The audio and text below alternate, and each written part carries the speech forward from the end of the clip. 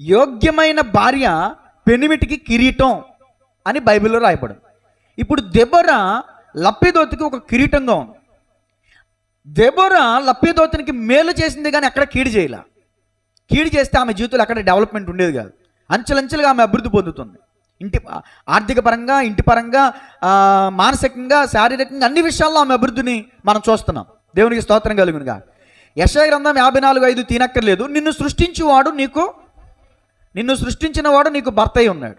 అంటే ఇప్పుడు ఈ దెబోరా ఎవరికి సాదృశ్యంగా ఉందంటే మనందరికీ సాదృశ్యంగా ఉంది. లప్పీదోతు యేసు ప్రభుల వారికి సాదృశ్యంగా ఉన్నారు.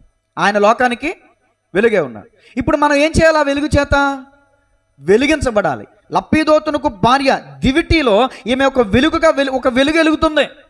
నువ్వు నేను కూడా క్రీస్తు వెలుగు ద్వారా వెలిగించబడి అనేకులకు వెలుగుగా ఉండాలి.